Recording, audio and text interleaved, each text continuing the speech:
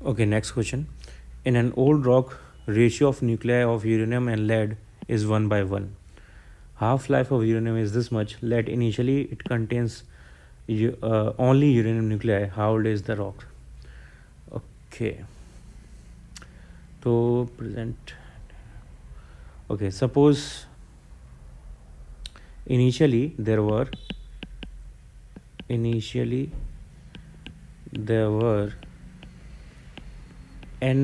uranium nuclei.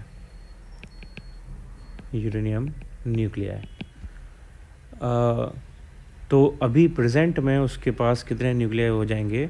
Present में आधे तो लेड में कन्वर्ट हो चुके हैं, आधे यूरेनियम बचे हुए हैं, यानी हाफ कन्वर्ट हो चुके हैं. So now at present n0/2 uranium nuclei are left.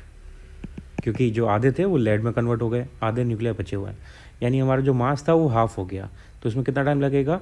Half time लगेगा. इसको हाफ लाइफ बोलते हैं एग्जैक्टली, और हाफ लाइफ हमें क्वेश्चन में दी हुई है, यानी our answer is also 4.5 × 10⁹ years. जो हाफ लाइफ है उतना ही टाइम लगेगा इस प्रोसेस को होने में. Okay, next question is the mean life of radioactive substance are T1 and T2 for alpha emission and beta emission respectively. If it is decaying by both alpha and beta emission simultaneously, then find the mean life and decay constant. Okay, in such case ये important question है. इसमें याद रखना कि अगर ऐसे दोनों emissions हो रहे हैं तो दोनों emissions के केस में जो दो emission अगर साथ में हो रहा है और उनके डिफरेंट decay constant है, तो λ1 सपोज अल्फा का decay constant है, λ2 बीटा का decay constant है, तो जो लैम्डा इफेक्टिव होगा अगर दोनों साथ साथ हो रहे हैं तो वो सिंपली λ1 + λ2 होगा. ये फैक्ट याद रखना इंपॉर्टेंट है, फॉर्मूले की तरह से याद रखना है. और अगर हमें यहाँ से टाइम निकालना है, मीन लाइफ निकालनी है, तो यहाँ से इजीली हम मीन लाइफ निकाल सकते हैं. Lambda effective equals to 1/t effective या टाउ इफेक्टिव मीन लाइफ, और ये 1/τ1 + 1/τ2.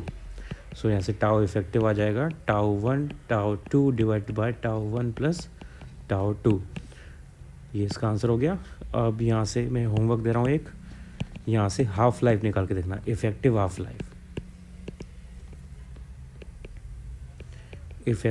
लाइफ कितनी आएगी वो यहाँ से कैलकुलेट करके देखना.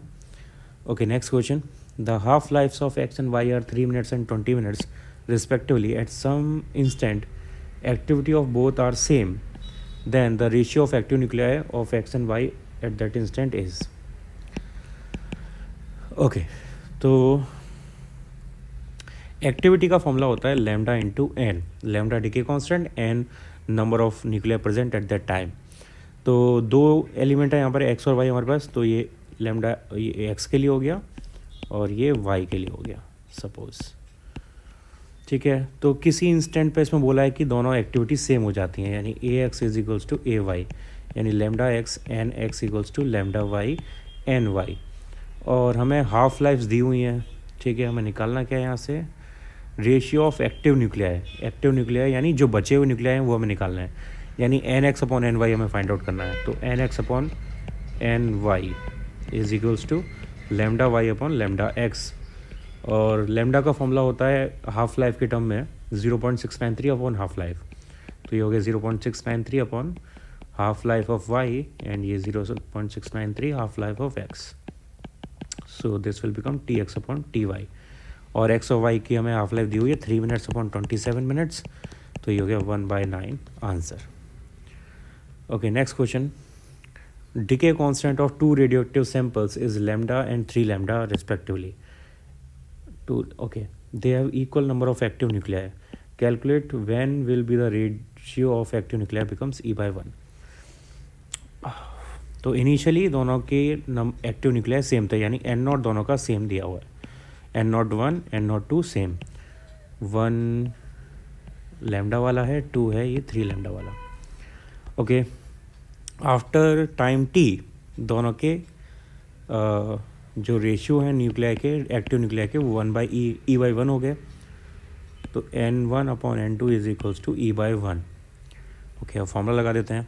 n1 = n01 e⁻⁻λ1t divided by n02 e to the power minus lambda 2t equals to e by 1, ये दोनों सेम थे।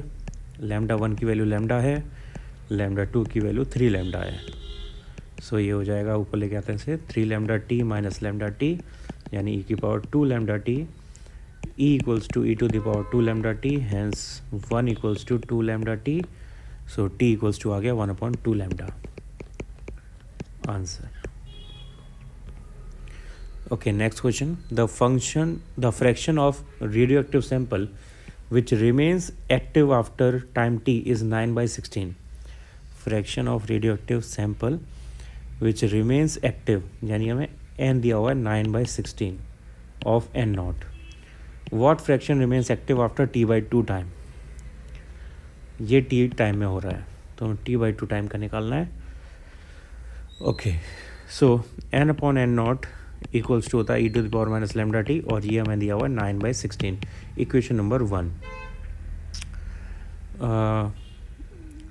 अब टाइम अगर हम हाफ कर दें, e by minus e to the power minus lambda t/2 equals to x, ये x हमें फाइंड आउट करना है। Okay, equation number 2।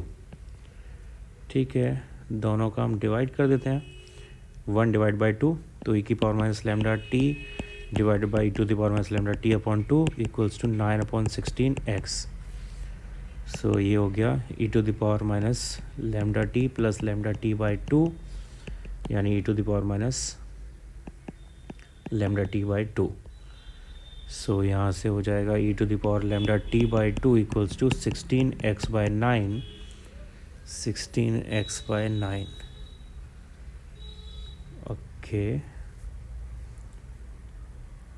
Okay, and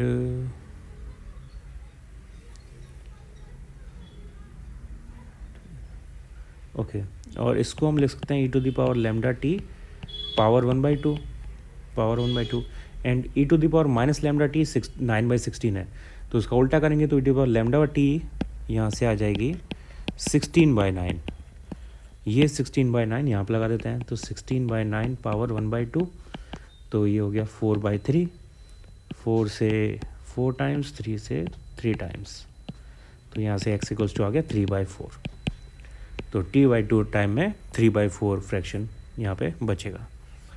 next question, calculate the radio active disintegration constant if 3.7 into 10 to the power 10 alpha particles are emitted by 1 gram of radium per second. Avogadro's number is this much and mass number of radium is this much. Okay, calculate radioactive disintegration per second.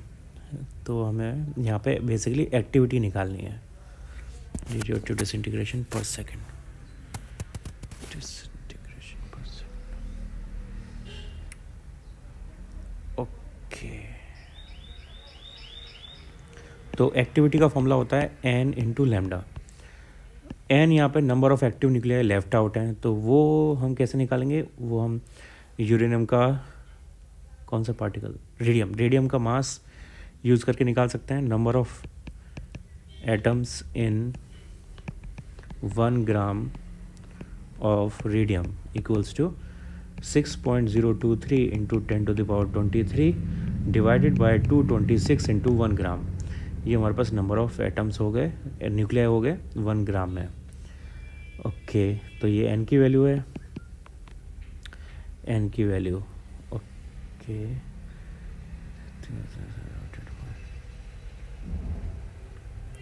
3.7।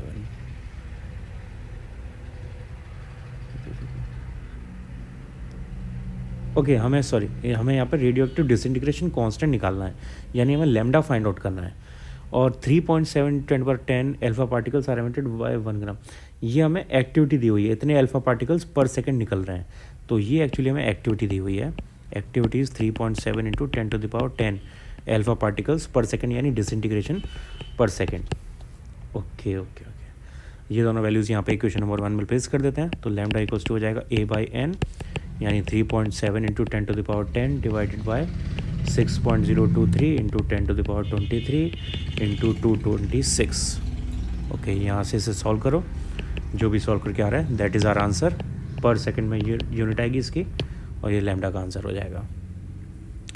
Next, a free neutron is unstable against beta decay with a half-life of 600 seconds. Write the expression for decay process. Okay, decay process simply neutron से beta particle निकल रहा है. Beta particle का मतलब होता है electron. तो electron अगर बाहर निकलेगा तो यहाँ पे प्रोटॉन बचेगा, और इस रिएक्शन में एंटी न्यूट्रॉन निकलेगा. तो ये तो होगी हमारे पास reaction process. First answer. If there are 600 free neutrons initially, calculate the time by which 450 of them have decayed. 450 decay हो चुके हैं, यानी कितने बचे हुए हैं? 600 माइनस 450 बचे हुए हैं, दैट इज़ 150. और एन नॉट है 600. कितने टाइम में ये होगा हमें निकालना है, यानी n upon n not equals to 1/2 to the power n 150 upon 600. Okay, तो ये यानी n इक्वल्स टू 2, यानी 2 हाफ लाइफ लगेंगी इसमें, और यहाँ पे एक हाफ लाइफ दी हुई है 600 सेकेंड्स. तो टोटल टाइम हो जाएगा 2 × 600 यानी 1200 सेकेंड्स. आंसर. ओके, दोनों आंसर्स हो गए. और calculate the time by which. Also determine the decay rate at the of the sample. Decay rate का मतलब है एक्टिविटी. तो एक्टिविटी इज़ लैम्डा n. और कब निकालनी है? तो सैम्पल डिके रेट नहीं बोला तो हमें इनिशियली निकालनी होगी, यानी लैम्डा n नॉट इनिशियली हमें फाइंड आउट करनी है. लैम्डा n नॉट, लैम्डा का फॉर्मूला है 0.693 divided by half life into n not, और n not decay rate initially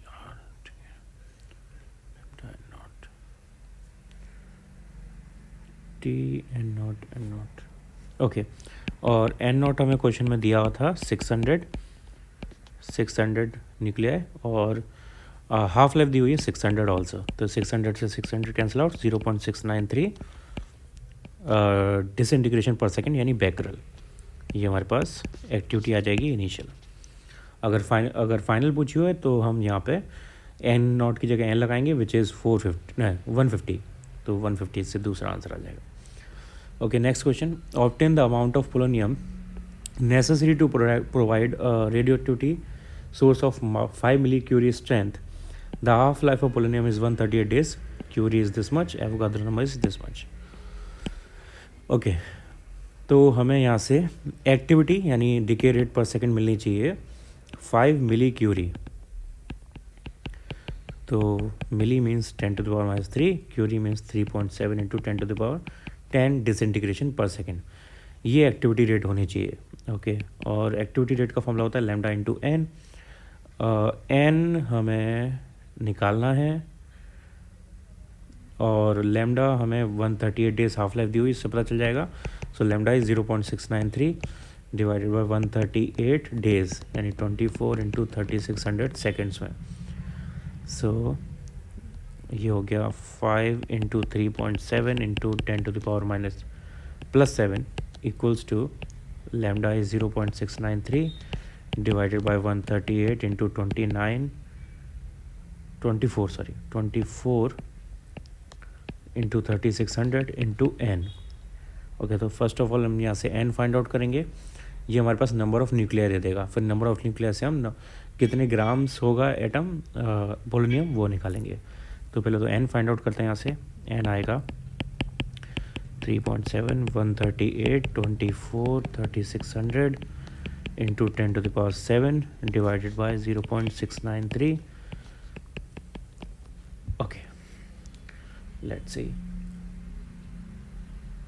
5 × 3.7 into 138 into 24 into 3600 okay, divided by 693. It will give us 318,296 into 10⁻10 okay. 3.18 यानी almost 3.2 लिख सकते हैं इसे. तो 3.2 1 2 3 4 5 10⁻15 न्यूक्लिया है। ये हमारे पास n आ गया। अब n और एक्चुअली n नॉट आया है, जो भी इसे एज्यूम करें, ठीक है। अब ये कितने ग्राम पोलोनियम में से प्रेजेंट होंगे, इतने नंबर ऑफ न्यूक्लिया, वो हमें निकालना है। सो 1 ग्राम मास 210 कितना मास था इसका, 210 ग्राम ऑफ पोलोनियम में, gram of polonium has 6.023 into 10⁻23 nuclei. Okay, तो 1 Nucleya is present in 210 divided by 6.023 into 10⁻23 ग्राम। तो 3.2 into 10⁻15 nuclei will be present in 210 into 3.2 into 10⁻15 divided by 6.023 into 10⁻23 gram. Okay, इसको सॉल्व कर लेते हैं, यहाँ से आंसर आ जाएगा finally. So it will give us 210 into 3.2 divided by 6.023 यानी 111 into 10 to the power -8 10 to the power -8 यानी 1.11 into 10 to the power -6 grams. इतने अमाउंट ऑफ पोलोनियम का प्रेजेंट होना इस केस के लिए ज़रूरी है, इससे हमें ये रिएक्शन मिलेगी। तो अमाउंट ऑफ पोलोनियम आ गया हमारे पास 1.11 10 to the power -6 gram, answer.